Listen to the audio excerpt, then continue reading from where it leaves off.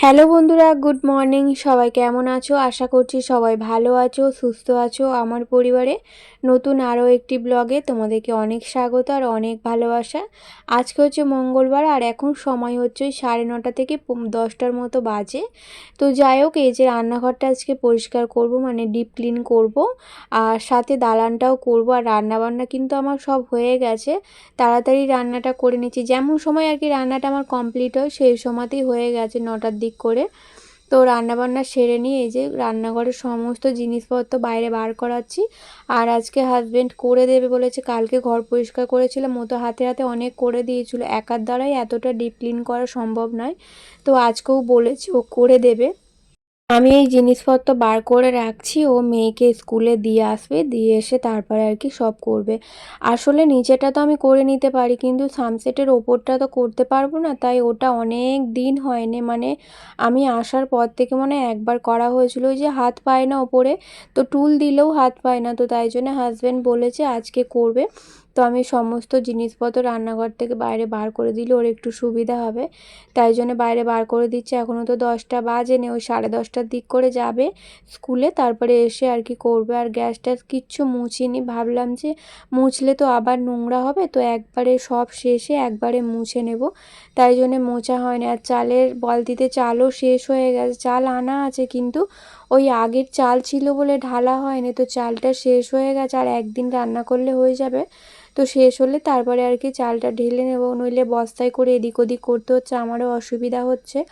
আর এই যে দেখো এত জিনিসপত্র রান্নাঘরে ছিল। তো চলো, এখনও তো হাজব্যান্ড মানে স্কুলে যায়নি মেয়েকে দিতে, তো যাবে একটু বেলায়, ওই 10:30টার দিক করে যাবে বললাম। ততক্ষণ আমি বসে থেকে কি করব, মালপত্র তো সব বার করা হয়ে গেছে। তো এই কৌটোগুলো আর কি খুব তেলচিটে হয়ে গেছে, তো সব কৌটোগুলো একদম ঘষে মেজে পরিষ্কার করে চকচকে করে নেব। ডিপ ক্লিন যখন করছি একবারে সমস্তটাই করতে হবে, তাই বসে বসে এগুলো করছি, ততক্ষণ আর কি হাজব্যান্ড আর কি ওইদিকের কাজগুলো মিটিয়ে নিই।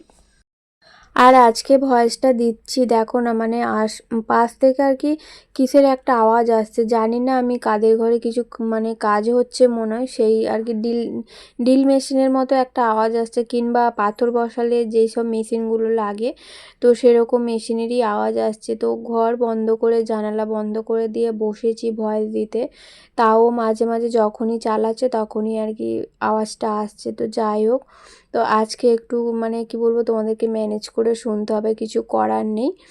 তো এই যে দেখো এখন ওপরের তাকের যেগুলো ছিল সেগুলোই মানে মেজে নিলাম, মেজে আর এই মুছে রাখছি, ধুই না আমি, জানো। তার এমনিতেও বৃষ্টি, বাইরে বৃষ্টি হচ্ছে, আর কালকে তো মানে টানা 5 ঘন্টা না 4 ঘন্টা বৃষ্টি হয়েছে, প্রচুর বৃষ্টি হয়েছে। সারা রাত্রির একটুও ঘুমোতে পারিনি। ওই যে মানে খুব যখন বৃষ্টি হয় না, আমাদের বিছানাতে জল পড়ে টালি থেকে, আর ওই হাঁড়ি নিয়ে আর বসেছিলাম সারা রাত্রির, বলতে গেলে যতক্ষণ বৃষ্টি হয়েছে ততক্ষণ জেগেই ছিলাম। তারপরে বৃষ্টিটা একটু কমতে ঘুমিয়েছি, আর এখনও পর্যন্ত বাইরে বৃষ্টি পড়ছে ঝিরঝির করে। তো মেয়ে আজকে স্কুলে মানে একটু করছিল, যাবে না যাবে না করছিল, তো পাঠিয়ে দিলাম ওকে স্কুলে। স্কুল কামাই করলে আবার পড়াগুলো পাওয়া যাবে না। তো যাই হোক, এই যে কালকে রাত্রিবেলা জলটা হলো, সেই জলে তো চারিদিক ডুবে গেছে, আমাদের ড্রেনটা আবার ভর্তি হয়ে গেছে। এত পরিমাণে বৃষ্টি হলো, কোথায় আর জলটা নামবে বলো, এত বৃষ্টি যে কি বলবো সারা রাত।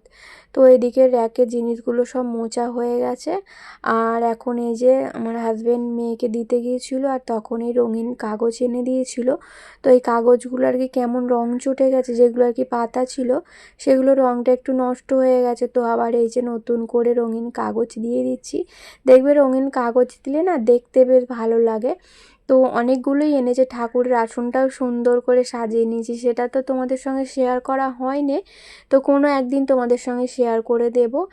আর এই যে এইগুলোতেও রঙিন কাগজ দিচ্ছি, তারপরে রান্নাঘরের আর কি যেগুলো এগুলো আছে বাসন রাখার জায়গাটা, ওখানটাতেও একটা রঙিন কাগজ পাতবো। আর জানালা তো আমার নিচের জানালাটা পুরোই একদম বন্ধ করে দিয়েছি রঙিন কাগজ মেরে, তো ওই কাগজটাও নষ্ট হয়ে গেছে, ওটাও আর কি পাল্টে দেব। তো এনেছে অনেকগুলোই এনেছে, সবগুলোই চেঞ্জ করে দেব। আর এগুলো যেগুলো এই র্যাকের মধ্যে যেগুলো পাতা ছিল রং চটে গেছিলো কিন্তু নষ্ট হয়নি, তো আমি ওর ওপরেই আবার নতুন করে পেতে দিয়েছি যাতে আর কি একটু মজবুত থাকে। আসলে এটা তো অনেকটা ফাঁক ফাঁক করে মানে এগুলো লাগানো আছে, ওই যে কি বলে ওই লোহার রডের মতোগুলো, রড ঠিক না, সরু সরু তারের মতোগুলো অনেকটা মানে গ্যাপ দিয়ে দিয়ে লাগানো আছে। তো তো একটু মানে নিচের দিকটা যদি না একটু মজবুত থাকে, কৌটো কাউটা রাখলে না বড্ড হেলে যাবে, তারপরে পড়ে যাবে, তাই জন্য একটু মোটা করে বেছানো থাকলে সুবিধা হবে। তো আমার সমস্ত র্যাকের মানে কৌটোগুলো মোছা হয়ে গেছে, এখন এই যে সব একটা একটা করে র্যাক গুছিয়ে নিচ্ছি পরিষ্কার করে। শুধুমাত্র এটাই পরিষ্কার হয়েছে, আর রান্নাঘরটা তো হাজব্যান্ড করছে, তো ও তো খালি গায়ে থাকে, তাই তোমাদের সঙ্গে শেয়ার করতে পারছি না। এই দুদিন যে এত ঘর ঝাড়াঝুড়ি করছি, ডিপ ক্লিন করছি, তোমাদের সঙ্গে সেরকমভাবে কিচ্ছু শেয়ার করতে পারছি না। হাজব্যান্ড থাকলে না আমার একটু অসুবিধা হয়, ও যেহেতু ক্যামেরার সামনে ঘোরাঘুরি করে খালি গায়ে, তাই করতে পারি না। আমি যতটুকু একার মতো কাজ করি সেটাই তোমাদের সঙ্গে শেয়ার করি। ঝাড়াঝুড়ির ভিডিওটা শেয়ার করতে পারিনি, কালকেও করা হয় না, তো আজকেও আর হবে না। আমার হাজব্যান্ড কিন্তু রান্নাঘর বলতে গেলে অনেকটাই করে ফেলেছে ডিপ ক্লিন, তো ওদিকটা করছে, মানে গ্যাস যেদিকটা থাকে ওই গ্যাসের এটার ওপর স্ল্যাবটার ওপরে উঠে আর ওপরটা হাত বাড়িয়ে বাড়িয়ে আর কি পরিষ্কার করছে। আমি তো এগুলো করতেই পারি না, তো হাজব্যান্ড যতটুকু করে না একদম পরিষ্কার পরিচ্ছন্ন করে করে। আর দেখো আমার একটা কত সুন্দর লাগছে রঙিন কাগজ দিয়ে। তো আমার এখন পুরো ডিপ ক্লিন হয়ে গেছে, শুধুমাত্র মোছা বাকি আছে। আর কেমন সাজালাম তোমাদেরকে একবারটি দেখিয়ে দিলাম যে কেমন লাগছে আমার রান্নাঘরটা। ছোট্ট রান্নাঘরটা এরকমভাবেই মনের মতো করে সাজিয়ে রাখি। আরও কিছু ইচ্ছা আছে যেগুলো এই মুহূর্তে মানে পূরণ করার মতো নয়, তো সব সময় তো সমানে থাকে না, মানে হাতে পয়সা থাকে না, তো একটু একটু করে করব, একবারে তো হবে না, একটু একটু করে যতটুকু আমার মনে ইচ্ছা আছে সবটাই করব। তবে এখন আমার রান্নাঘরটা দেখো নতুন কিছু কিন্তু অ্যাড করিনি, তাতেও সুন্দর করে কিন্তু গুছিয়ে নিয়েছি। আর আমার দালানটাও দেখো একদম পরিষ্কার পরিচ্ছন্ন লাগছে, দেখো মনে হচ্ছে যেন নতুন নতুন। জামা কাপড়ের র্যাকগুলো নামিয়ে তো জামা কাপড়গুলো আবার ভালো করে খুলে আবার ভাঁজ করে চারিয়ে, এই যে দেখো এত জড় হয়ে আছে। এখন কটা বাজে জানো, এখন বাজে 2:45 মতো। তো ওই সমস্ত বাসনপত্র মেজে আর করে উঠতে উঠতে আমার প্রায় 3:30 বেজে গেছে। তারপরে ভাত খেলাম বিকেলবেলা, ভাত খেয়ে আর এখন ওই বাজে 5টা কি 4:30 মতো হবে। তো একটুখানি শুয়েছিলাম জানো তো, খুব ক্লান্ত লাগছিলো, মানে একভাবে সেই 6:30 7টা থেকে কাজ করছি আর পাচ্ছি না। তো একটুখানি শুয়েছিলাম আর চান করেছি, তো মানে মাথায় হেনা করেছিলাম। এর মধ্যেই দেখো না আমার মাথায় একটুও বুদ্ধি নেই, তো মেঘলা ওয়েদার, তার মধ্যে আবার হেনা ভিজিয়ে দিয়েছিলাম। আর হেনাটা করলাম কখন জানো, ওই 2টো না 2:30টার দিক করে হেনাটা করেছি। তারপর ওই 1 ঘন্টার মতো রেখে আর চুলটা ধুলাম, চুলটা পুরো ভিজে হয়ে আছে তাই জন্য খুলে রেখেছি। আর হেনাটা করেছি, কিচ্ছু কাজ হয়নি জানো তো, একটুও চুলটা কালো হয়নি।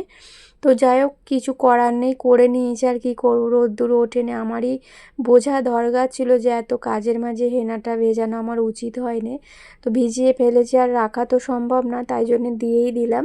আর এইগুলো সব ধুয়ে দিয়েছিলাম প্লাস্টিকগুলো, আরে মানে টেবিল ক্লথটা ধুয়ে দিয়েছিলাম, একদম চকচক করছে। আর টেবিল ক্লথটা না তো কি বলবো পুরো ছিঁড়ে গেছে, অনেকটাই কেটে গেছে, ছুরিতে কাটা তো অনেকটাই মানে ছিঁড়ে গেছে। তো ভাবছি একটা নতুন ক্লথ কিনতে হবে, কিন্তু এখন আর হচ্ছে না। হাজব্যান্ডকে বলেছি দেখি কবে এনে দেয়। তো এই বোতলগুলো একটাও ভরা নেই, সব খালি, ওই ঘরে রেখে এসেছিলাম, যেহেতু দালানটা পরিষ্কার করছিলাম। বোতলগুলো থাকলে ওগুলোও তো ধুলো পড়বে, আবার আমাকে ধুতে হবে। তাই যেগুলো আর কি ব্যবহার করার মতো, মানে যেগুলো আর কি ঝাড়াঝুড়ির নয়, সেগুলো ওই ঘরে রেখে এসেছিলাম। আর এখন এই যে ওই ঘর থেকে সব নিয়ে এসে গুছিয়ে গুছিয়ে রাখছি। আর কাপড় জামা অনেকই ধুয়ে দিয়েছি, তো আজকে তো সারাদিন একটু রোদ্দুর বেরোয়নি, ওই আর কি বৃষ্টি হচ্ছে তার মধ্যেই মিলে দিয়েছি, যতটুকু শুকনো হবে হবে। তারপর ওই দালানে নিয়ে এসে মিলে দেবো। রাত্রিবেলা রান্না বান্না আছে, এখনও অনেক কাজ আছে জানো তো। ভাবছি এখন আর একটুও শোবো না, একটু রেস্টও নেবো না, একবারে রাত্রিরে রান্নাবান্না করেই তারপরে রেস্ট নেবার। দেখো এগুলো সকালবেলা কিনেছিলাম বেকারির থেকে, ক্রিম কেক আর বিস্কুট আর একটা কেক কিনেছিলাম, তো মেয়ে স্কুলে নিয়ে যাওয়ার জন্যে।